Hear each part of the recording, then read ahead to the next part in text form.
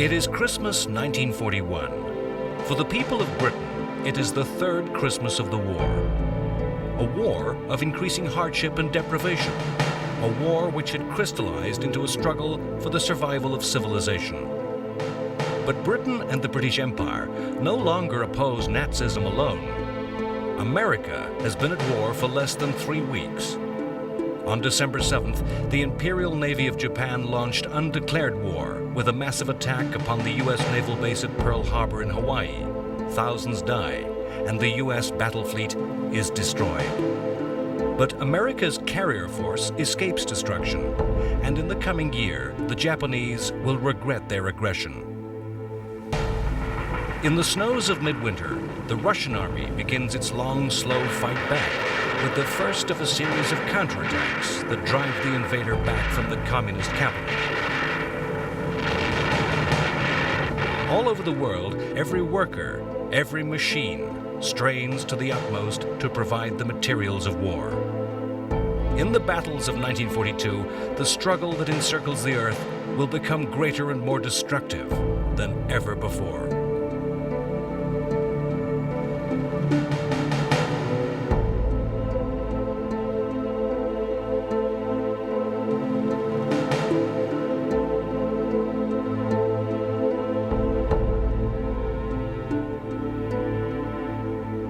January 1st, 1942, saw the United Nations Declaration. This was a grand alliance between China, the United Kingdom, the United States, and the USSR. This was the first formal alliance made by the United States since 1778.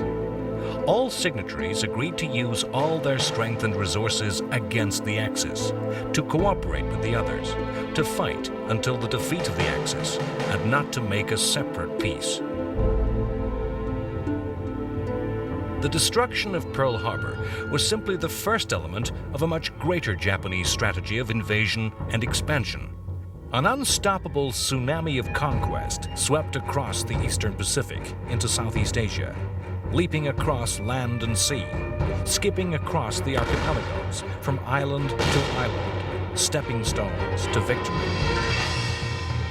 The U.S. islands of the Philippines were taken by surprise only a few days following the attack on Pearl Harbor.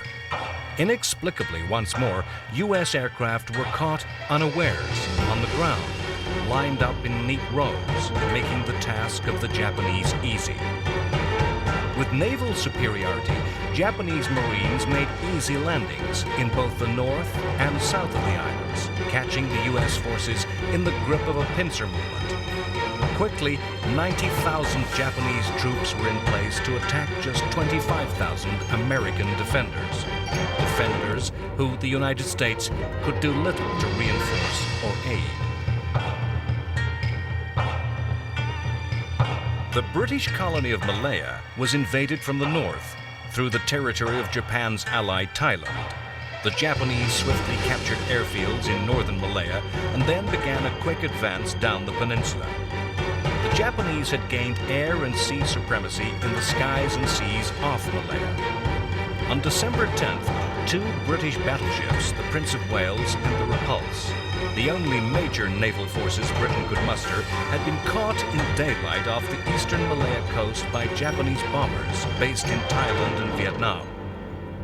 Time and time again in World War II, the battleship was shown to be the capital warship of the past, redundant, too vulnerable to air attack to survive.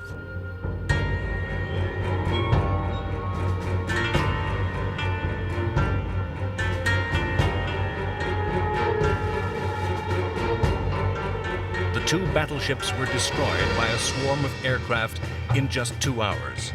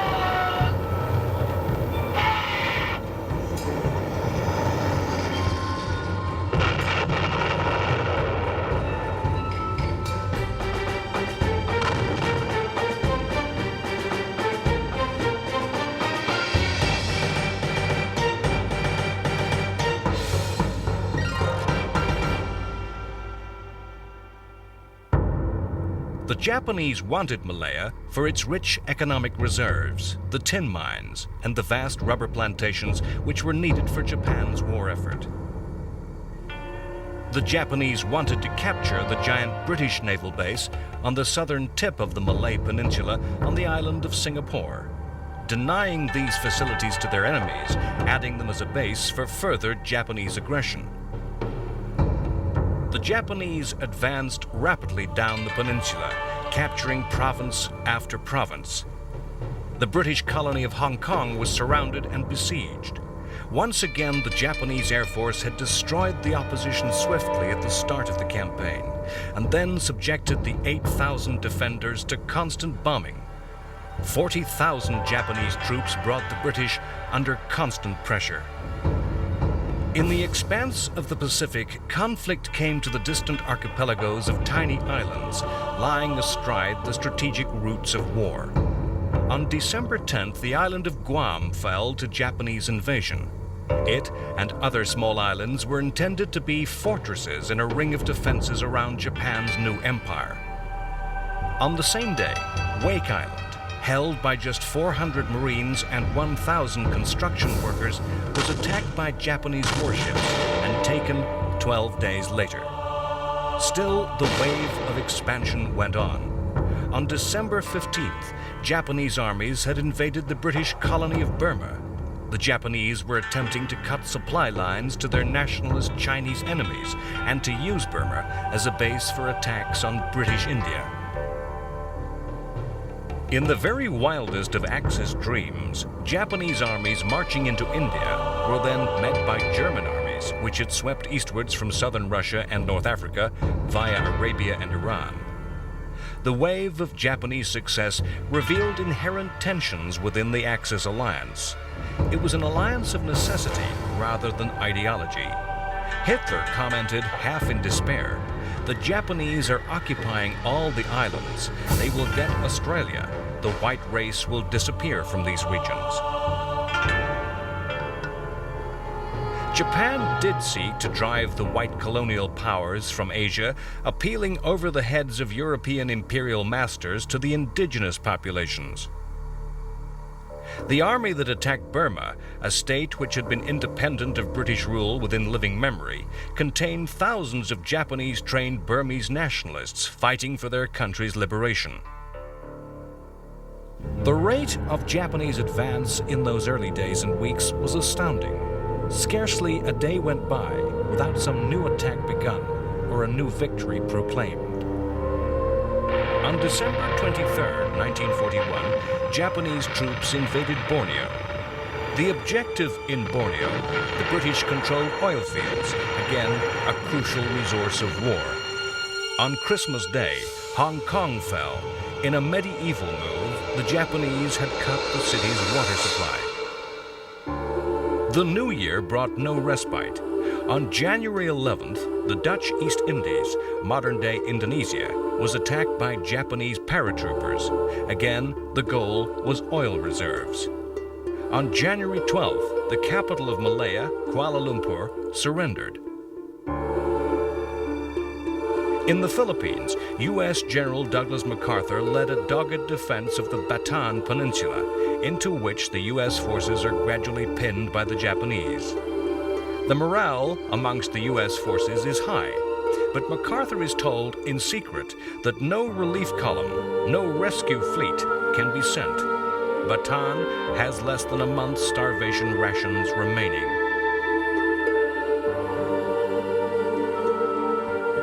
Throughout Australia, panic seized the population as the possibility of invasion, once seeming so remote for so distant a country, began to threaten. On January 24th, Japan invaded Australian-controlled New Guinea. They brought massive strength to bear and quickly overran the territory. In Malaya, the fighting drew to a climax. The Japanese forces had cleared the peninsula, and all British and Empire troops had withdrawn to the fortress of Singapore. Singapore was the mythology of the British Empire built into actuality. A trading city where Europeans could amass fortunes quickly. A center of maritime trade, a conduit for wealth, a huge naval base which harbored the ships of the Navy that bound the empire together with iron. That the British Empire was a maritime empire, one held together by a navy, was the downfall of Singapore. The assumption was that the city would be attacked by the navy of another European country. Singapore had mighty defenses, powerful guns, all pointed to the south, to the sea. The Japanese came from the north, over land. Winston Churchill saw the defense of Singapore in dramatic terms. He signaled to the British commanders, "Battle must be fought to the bitter end. Commander and senior officers should die with the troops. The honor of the British Empire is at stake." Despite sitting atop a massive arsenal of ammunition, 130,000 did surrender. The Japanese had cut water supplies and subjected the city to constant air bombardment. The lives of 1 million civilians were at risk. General Arthur Percival led the greatest surrender in British military history. 14,000 Australians, 16,000 British, and 32,000 Indian soldiers were marched into captivity. Japanese General Yamashita achieved the victory with less than 2,000 casualties. It was the climax to a brilliant campaign. The Japanese cloaked their invasion in the language of anti-imperialism. Indeed, this produced a reaction from the British. Expressly against Churchill's wishes, the British government, under pressure from America, offered India the same status within the British Empire as Australia or Canada. The offer was made conditional upon Indian support for the war. Of the more than 32,000 Indians who surrendered to the Japanese at Singapore, many were to join the Indian National Army, led by Indian revolutionaries. The INA was to fight alongside the Japanese Army against the British Empire. The outbreak of war between America and Japan brought deep and profound changes for the Japanese American citizens of the United States. For those of the second generation, the Nisei, born and raised in the USA, the war was to be a major test of the degree to which these Americans were truly assimilated. In March 1942, more than 110,000 Japanese Americans living on the west coast of America were forced to move, abandoning businesses and homes. On February 10, 1942, the fear which had spread through Australian society was shown to have a basis in reality, not rumor. A powerful aircraft carrier force arrived in the waters off northern Australia and attacked the northern Australian city and port of Darwin.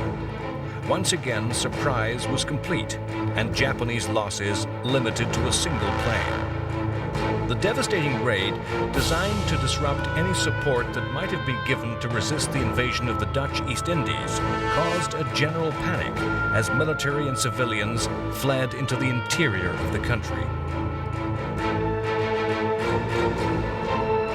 The East Indies were the richest territories in the Dutch colonial empire, a seventh of the income of the Netherlands economy coming from this one province. For Japan, the Dutch colony was a prize of great value. Besides oil and coal, the area produced rubber, nickel, and timber, and was important agriculturally as a major source of rice, sugar, and tea. The Japanese saw the need to seize the islands quickly before any scorched earth policy could be implemented, and used maximum force possible, invading at many places simultaneously. As elsewhere in Asia, the Japanese invaders were at first welcomed by the native population as liberators, but soon they came to act as a replacement and harsher colonial regime.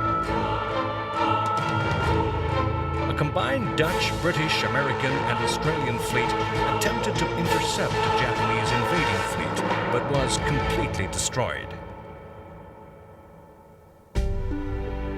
Following Pearl Harbor, President Franklin Roosevelt urged the U.S. command to find some way to retaliate, to strike back against the enemy. The balance of power in the Pacific immediately following Pearl Harbor meant that it would be difficult for an aircraft carrier to safely approach Japan, to come within a range at which carrier aircraft could strike. A daring and ingenious plan was formulated. 16 Army Air Force bombers were placed on board the aircraft carrier Hornet. Launched more than 700 miles from Tokyo, the bombers had the range to reach Japan. They could not return to the carrier and had instead to fly on to airfields in China. Single bombers attacked naval dockyards, and a force of 12 bombed Tokyo. The Doolittle Raid, as it came to be known, named after the Army Air Force colonel who planned and trained the volunteer crews, had an impact on the Japanese far over and above the material effect of the attacks. The raid on Tokyo killed just 50 people and damaged 100 houses, but no U.S. planes were lost over Japan. Some crew members who had to bail out over China were executed as war criminals by Japanese occupying forces. U.S. morale was raised by the news that something was being done. The raid's greatest effect was upon the Japanese high command and government. The military government had boasted that Japan would never be attacked. The shock of bombs falling so close to the emperor caused panicked overreaction, a surge of aggressive desire to bring the war to an end with victory. The 6 months to run wild in the Pacific that had been won by the attack on Pearl Harbor were nearing their end.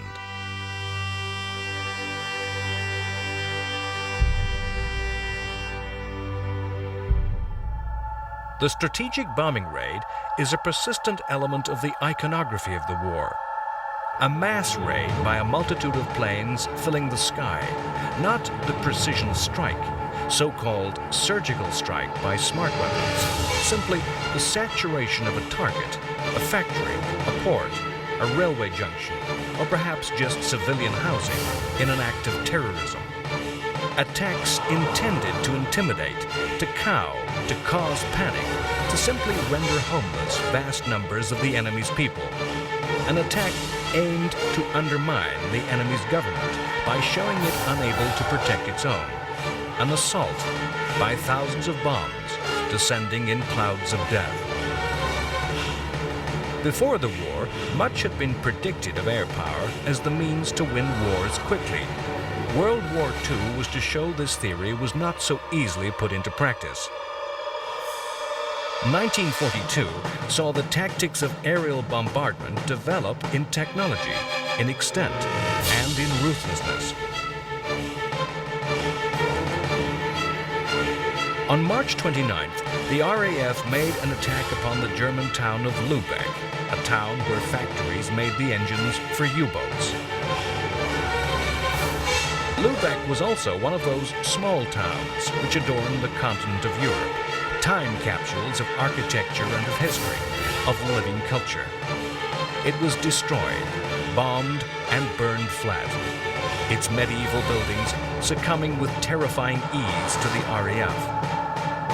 Nazi ideology was a theory of history that valued culture. In fury at the destruction of the German town, the German leadership ordered revenge.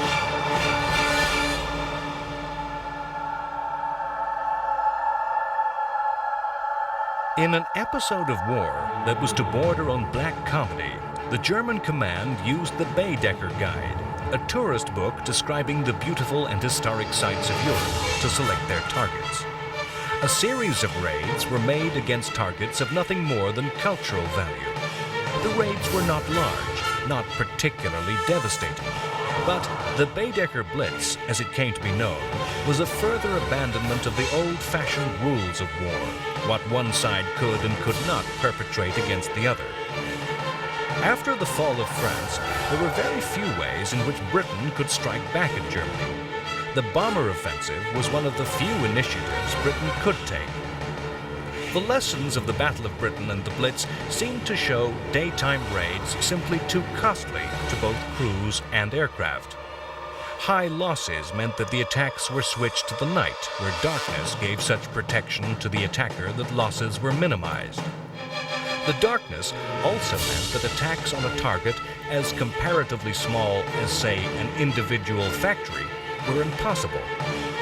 The RAF's High Command realized that the only alternative to abandoning the offensive was to target cities in mass attacks.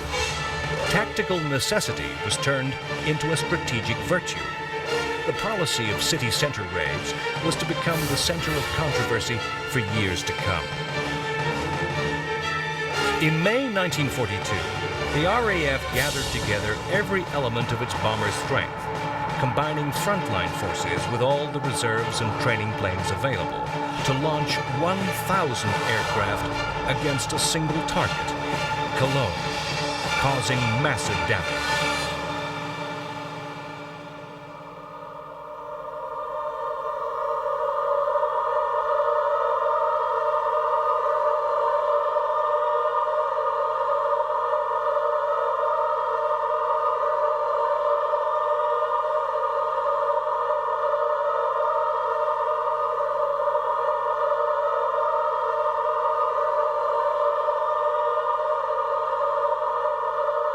The successes of the first 1,000 plane attacks was not repeated, as the concentration on one target meant that defense could similarly be concentrated.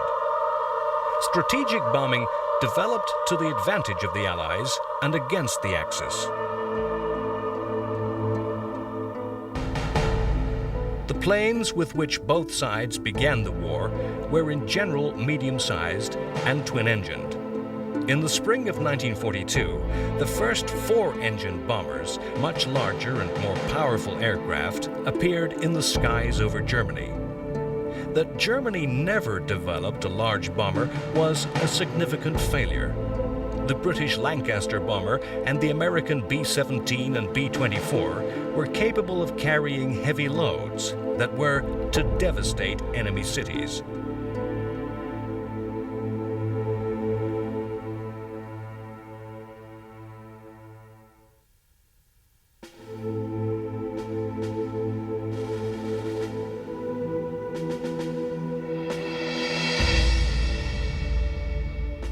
The prisoner of war is a constantly recurring figure in the mythology of World War II. The POW camp, a fertile ground for the imagination of the professional storyteller, with tales of endurance and sacrifice, plus incredible, impossible ingenuity. The 150,000 British Empire troops who surrendered at Singapore were just a fraction of the 10 million soldiers, sailors, and airmen who were to fall into the captivity of their enemy during the war. The treatment of the prisoners of war was governed by the Hague Convention of 1907, which declared that men who had laid down their arms should be treated decently. The Geneva Convention of 1929 laid down detailed rules for the treatment of prisoners. Under the convention, the POW was to be removed from the battlefield as soon as possible, if wounded, treated, fed, and housed to the same standard as the captor country's own soldiers, allowed to correspond with their families, and famously entitled to refuse all information except name, rank, and number. The conditions of POWs were to be inspected by the International Red Cross. If captured escaping, a POW was to suffer no more than a month's solitary confinement, the legendary 30 days in the cooler. The Geneva Convention was not acknowledged by either Japan or the Soviet Union. Stalinist communism refused to accept that any Soviet soldier would surrender. Historically, the capture of an officer was a cause of dishonor. But by the time of World War II, the nature of war, the huge scale of fighting, the advent of air forces, had caused a realization that capture might befall even the most honorable. No one foresaw the scale of the POW problem that was to arise in World War II. So utter was the collapse of Poland and France that Germany found itself with more than 2 million POWs by 1940. All sides in the war lost large numbers. 5 million Soviet soldiers were captured. Italians surrendered to the British in vast numbers. The fates which befell the prisoners of different armies varied widely. The Waffen-SS, the armed SS specialist units drawn from fanatical Nazis, rarely gave or asked for quarter. In some areas of Germany, British and American aircrew were lynched in mob vengeance. Soviet prisoners falling into German hands were treated with what amounted to savagery. Nearly 80% died in captivity. The Germans claimed not to be bound by the Geneva Convention, as the USSR had not signed. Russian officers were shot. Ordinary soldiers were left without food or shelter. Nazi racial theory held that Anglo-Saxons, British and Americans, were Aryan and deserving of respect. Slav soldiers were believed subhuman. In Asia, a different regime prevailed. The Japanese regarded surrender as irredeemable dishonor. Surrender of uninjured Japanese was almost unknown, and they despised the soldiers they took prisoner following Singapore's fall, as well as the captured Dutch from the conquest of the East Indies. No attempt was made to provide humane treatment. A minimum of food and shelter was supplied, in addition to intensive hard labor. In the dark hierarchy of race hate expounded by Nazi ideology, paramount above the hate of Slavic peoples was the hatred for the Jews.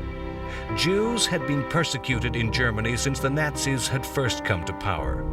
In the occupied territories of Eastern Europe in the wake of the war, the Nazi racial ideology was played out to its logical and horrific conclusion. Jews in Poland had been forced into ghettos and into special labor camps. On June 1, 1942, a Polish underground newspaper, published in defiance of the occupation, printed rumors of systematic killings within these camps.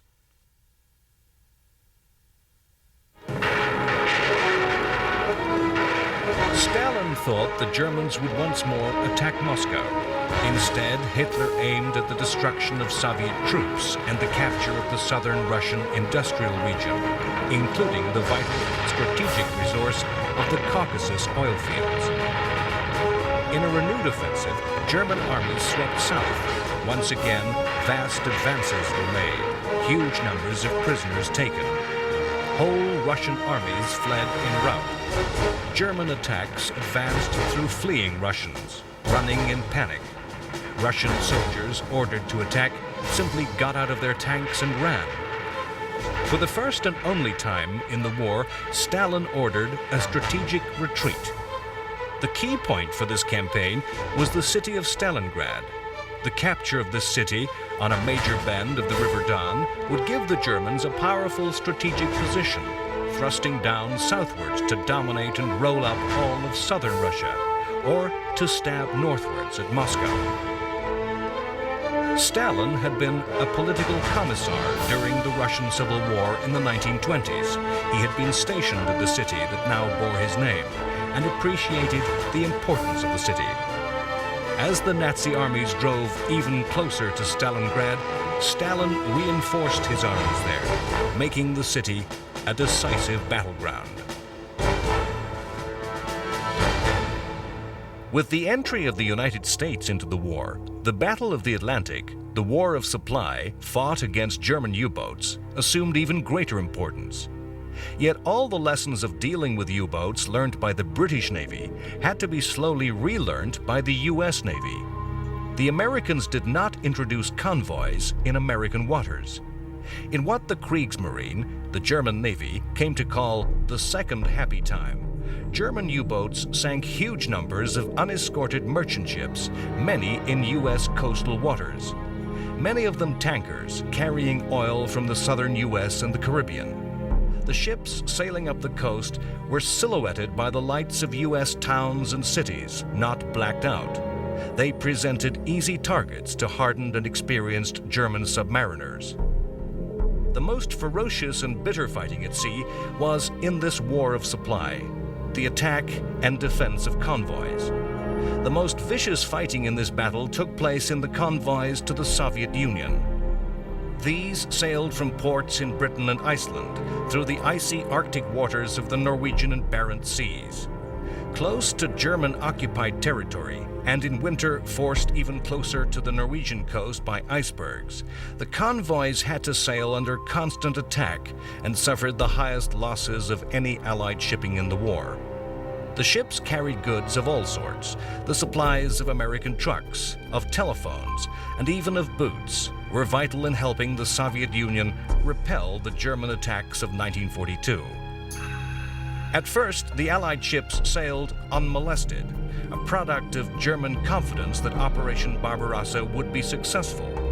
As this confidence faded, the importance of this supply route grew in German eyes. Attacks came from U-boats, destroyers, and aircraft based in Norway. Even on occasions, German battleships broke out with cruiser support, mounting attacks in fleet formation. In one terrible action, a convoy was ordered to scatter in the face of attack by a German battleship force. Individual ships were then picked off by submarines and aircraft.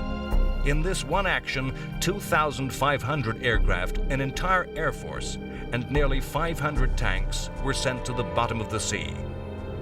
It was not until nearly the end of the Cold War that the Soviet historians came to acknowledge the sacrifice of British and American seamen and the role of the supplies they carried.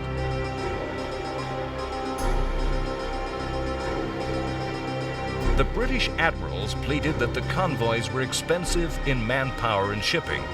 But within the anti-Nazi alliance, the Grand Alliance, as Churchill came to name it, the Arctic convoys were the only answer to Stalin's demands that Britain open another front to relieve the pressure on Russia.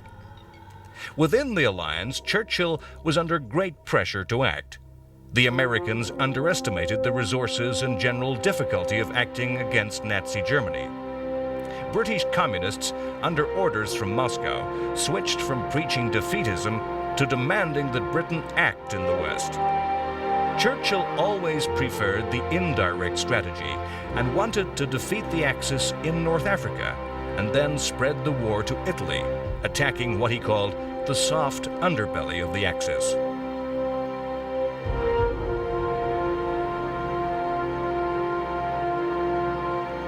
On April 10th, Great Britain gave its highest award for civilian bravery, the George Cross, to the entire island of Malta.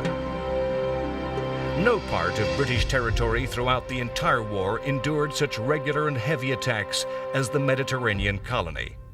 In the first 4 months of 1942, Malta had suffered no less than 1,000 air attacks. The civilian population became a nation of cave dwellers, digging deep into the island's limestone. The constant air attacks were just part of a siege which the Axis extended around Malta. The planes flew from Sicily, a mere 160 kilometers across the sea.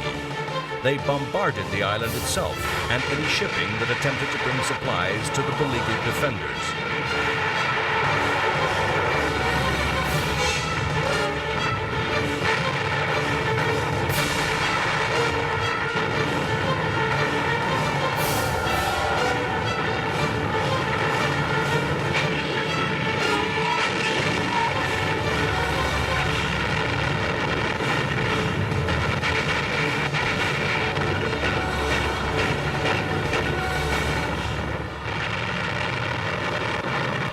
At times, the attacks were so fierce that the only vessels capable of making the voyage were submarines.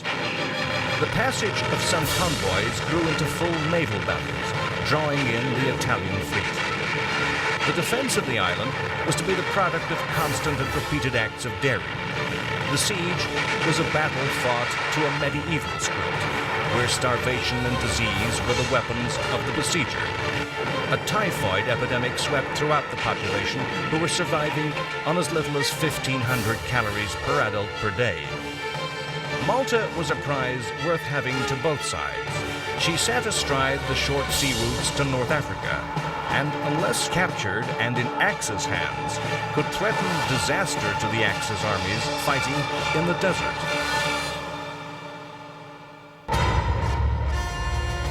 In North Africa, new supplies had enabled Germany's Africa Corps to bounce back from a British offensive of the previous year. Once more, with inspired leadership from Rommel, the front moved back hundreds of miles across Libya. In what was now named the British Eighth Army, there was a panicked rout, with men fleeing for survival. The retaking of airfields by the Germans in Libya tightened the siege of Malta and aided the supply of the Africa Corps. In a renewed offensive, the Africa Corps attacked and retook the strategically important port of Tobruk. This latest failure of the British, a defeat despite clear intelligence from codebreakers that German attack was coming, resulted in the dismissal of yet another British general. Lieutenant General Ritchie, commander of the 8th Army, was sacked. The commander-in-chief in the Middle East, Auchinleck, took command of the army himself. Tobruk's fall yielded the Germans 35,000 British prisoners and brought about a crisis in Britain. Secret opinion polls showed more than half the British people dissatisfied with Churchill's leadership and thought the war badly directed. Churchill had to face a vote of confidence in Parliament. 476 members voted in support, but 25 voted against, and 30 British MPs abstained. The Germans pushed into Egypt. Soon they would be within 100 kilometers of the crucial port of Alexandria, within reach of cutting the Suez Canal, striking at the Middle East oil fields, of winning the war. After the enormous tactical victory of Pearl Harbor, sane heads in the Japanese High Command had warned that the forces of the Empire had only a little time in which to win victory. In May 1942, 6 months following Pearl Harbor, Japan mounted an invasion of Port Moresby in Papua New Guinea. Their aim was to extend their control so as to isolate Australia from the rest of her allies, to bring Australia easily within reach of Japanese aircraft. A Japanese invasion force that comprised of troop transporters, heavy warships, and 3 aircraft carriers was met by the American Navy with 2 carriers, plus an Anglo-Australian fleet. Once again, warning of the Japanese attack came through intelligence gathered by codebreakers. The battle fought between the 2 forces was to be known as the Battle of the Coral Sea. This was the first naval action in history that was fought carrier to carrier. The first in which 2 opposing navies never even sighted each other.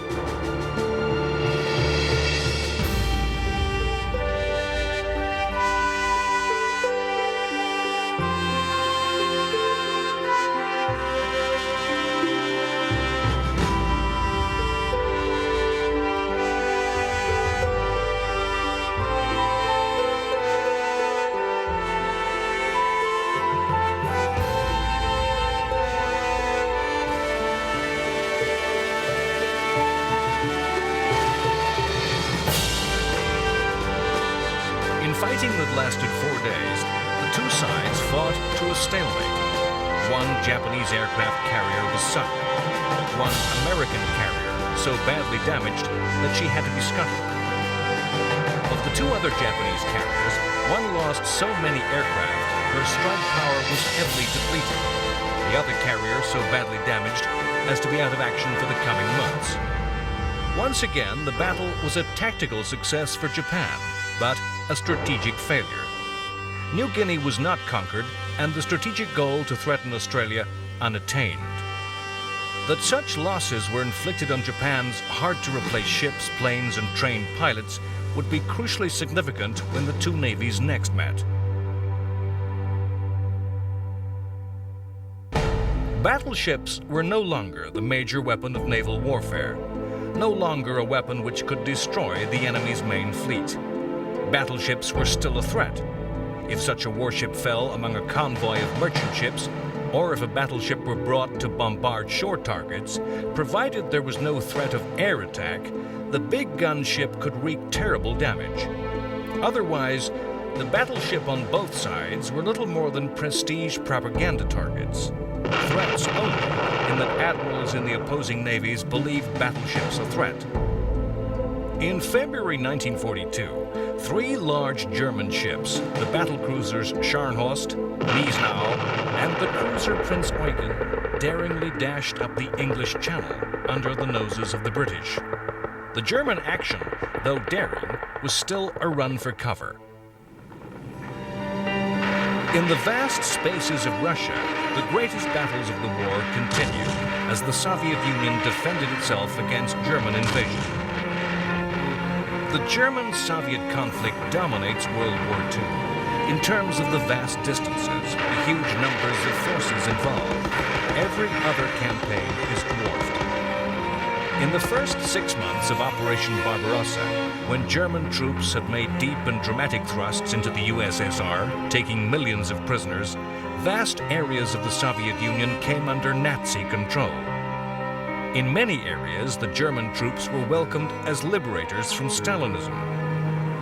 This attack had been halted by desperate counterattacks in the snows of winter as the last Russian reserves were thrown into action. Through the winter months of 1942, Stalin had ordered attacks everywhere. Russian soldiers attacked a German army then unprepared for winter fighting, and their attacks met with success.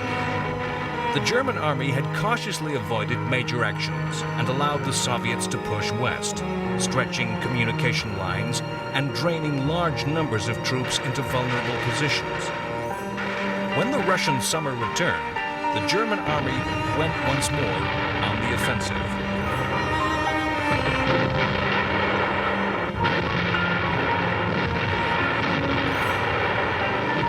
The mathematics of the war were shifting slowly against the Germans.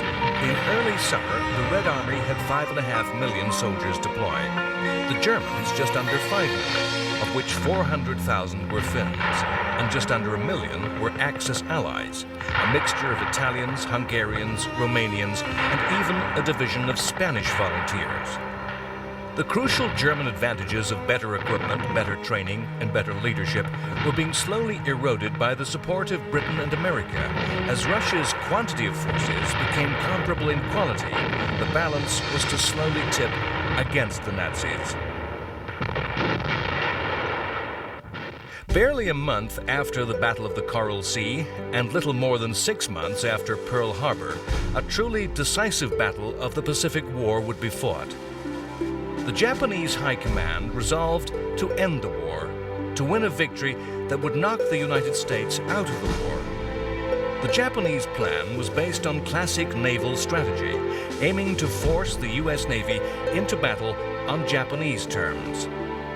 The plan was to attack the U.S. island of Midway. Midway was the furthest west U.S.-held territory in the Pacific.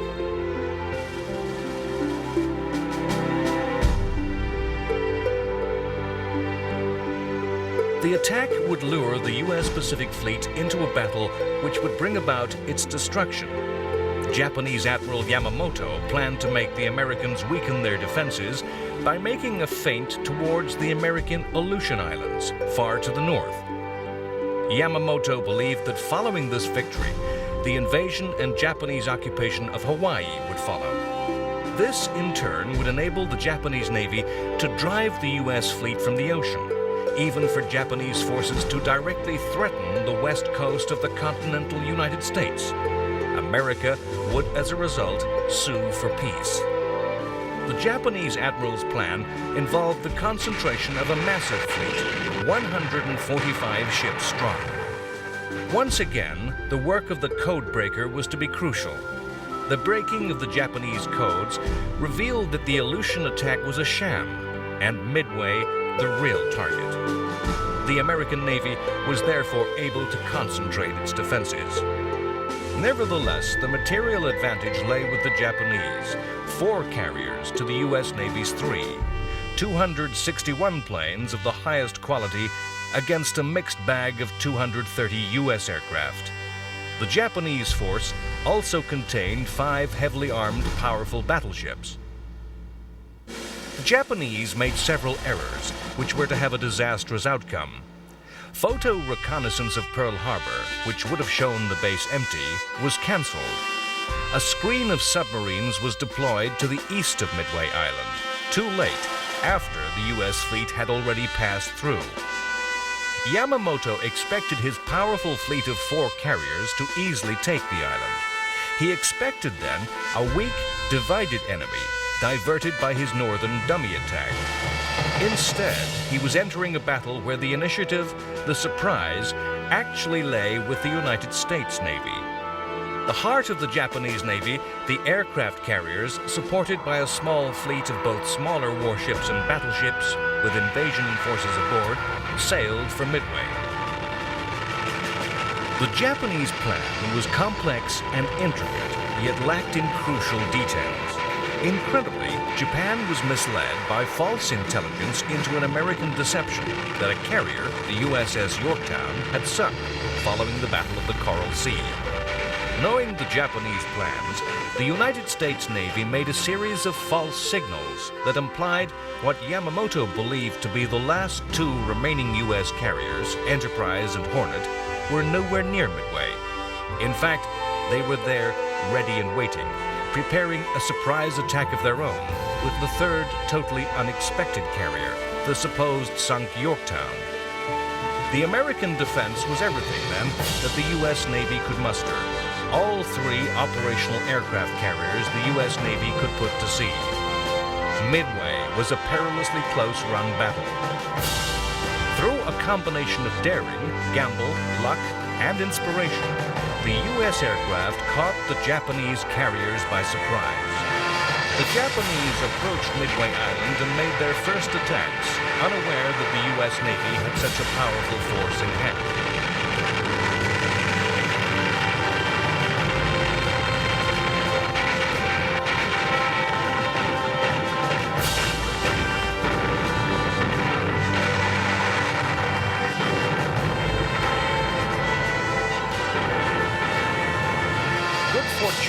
Daring by the United States admirals, overconfidence by the Japanese commanders, resulted in the Japanese carriers caught with their planes on deck, refueling and rearming. American bombers made a series of devastating attacks.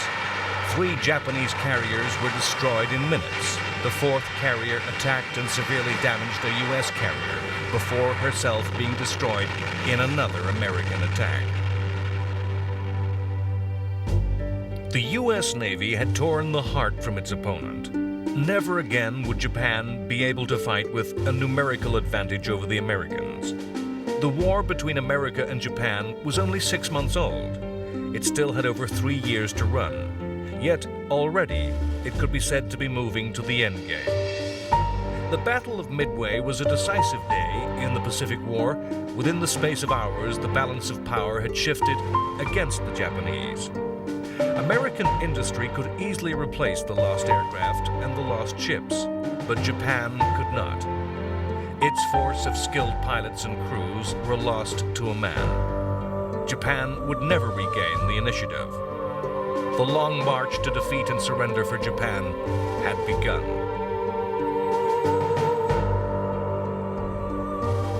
Next time on World War II, The Complete History, the Africa Corps broadcast to Egypt. They tell the ladies of Cairo, "Be ready for us tonight." This is a date the Africa Corps break, as the British Army fight the Germans to a standstill at El Alamein. In yet another change of British commander, a newly appointed general is sent to lead the 8th Army in the desert. General Richard Gott takes command, and on his first day is killed. A hurried search for a replacement throws up a stand-in who will march into history. The second choice, General Bernard Montgomery, steps in to lead the British Empire forces and creates a legend to match that of his opponent, Erwin Rommel. The day after Montgomery takes command, the German army comes before Stalingrad and the decisive battle of the European War begins. In the West, British and Canadian forces carried the war to the Germans as a powerful raid is mounted on Dieppe. It is a defeat for the Allies, but vital lessons are learnt. victory shatters the myth of Rommel at the Second Battle of El Alamein. It's a stunning victory which Churchill calls the end of the beginning. America goes on the offensive. Guadalcanal is recaptured from the Japanese. American forces land in North Africa and meet an army of the Third Reich for the first time. The skies of Germany begin to fill with the planes of the United States Air Force. At a meeting of Roosevelt and Churchill, the ultimate war aim is spelled out to Nazism. It is to be unconditional surrender.